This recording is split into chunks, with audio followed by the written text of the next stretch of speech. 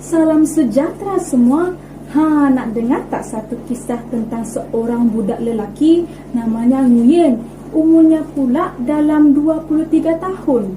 Nampak tak topi jerami ni? Kisah ini mengisahkan seorang budak lelaki yang sudah lama bekerja sebagai seorang petani. Dia tiba-tiba terfikir ingin menjadi seorang yang kaya dan bahagia. Jadi, dia bertanya pada maknya, "Mak, macam mana lagi Nguyen nak berfikir untuk menjadi kaya dan bahagia pada waktu ini?" Maknya menjawab, "Nguyen, di atas gunung Santubong itu ada seorang lelaki tua yang bernama Tok Mak. Mungkin dia boleh menjawab segala persoalan Nguyen."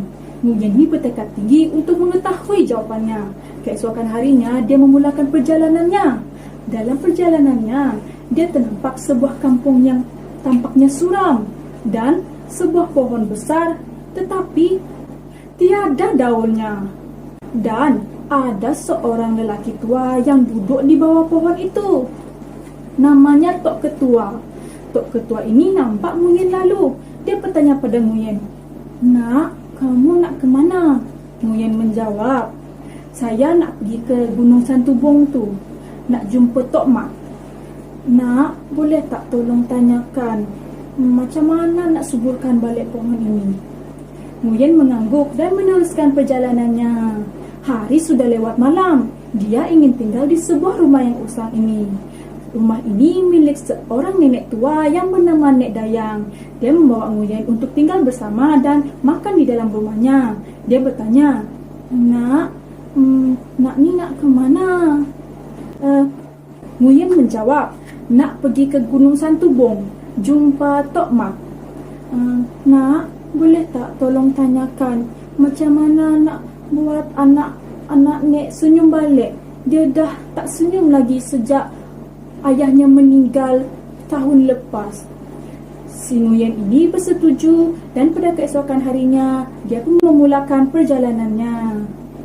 Dalam perjalanannya, ada sebuah sungai yang besar tetapi tiada jambatan maupun sampan untuk dia seberangi. Tiba-tiba seekor naga muncul di hadapannya.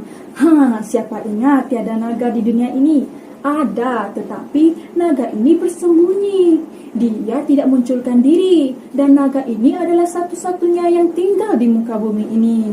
Walaupun mukanya seram, tapi dia baik.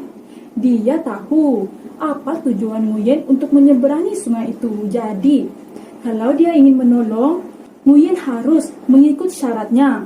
Syaratnya adalah, kamu tolong tanyakan pada Tok Mak, kenapa saya tak boleh masuk ke surga?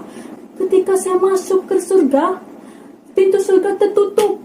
Jadi saya tidak dapat masuk ke dalamnya.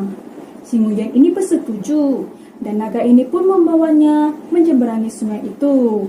Di seberang sungai itu terdapat satu gua dan Tok Mak sudah tunggu di depan gua itu. Dia tahu tujuan Nguyen datang ke gua itu. Jadi dia memberi Nguyen satu syarat. Hanya 3 soalan dibenarkan. Nguyen terpaksa mengetepikan soalannya dan menyatakan soalan daripada Tok Ketua, Nek Dayang dan Naga. Jadi ketika pulang, Naga membantunya menyeberangi sungai itu dan Nguyen berpesan padanya. Tok Mat kata, "Kamu tak boleh bawa harta masuk ke surga. Keluarkan permata yang ada di dahi kamu." Maka si naga ini pun mengeluarkan permatanya dan memberi pada Nguyen sebagai tanda terima kasih. Nguyen ini pun meneruskan perjalanannya pergi ke rumah Nek Dayang. Dia berkata kepada Nek Dayang, "Nek, tiada apa-apa lagi yang dapat buat anak Nek senyum, melainkan dia mendapat suami baru." Maka sedihlah nenek ini. Tiba-tiba anaknya keluar daripada bilik. Dia tersenyum melihat Nguyen. Anaknya cantik sekali. Nama anaknya ialah Sentubong. Jadi dia bertanya pada maknya, "Mak, siapa ni Mak?" Maknya menjawab, "Inilah calon suamimu." Jadi perkahwinan mereka walaupun dalam majlis kecil-kecilan. Disebabkan COVID-19 tidak boleh membuat keramaian. Jadi si Nguyen ini pun meneruskan perjalanannya bersama istrinya untuk berjumpa dengan Tok Ketua. Dia berpesan pada Tok Ketua.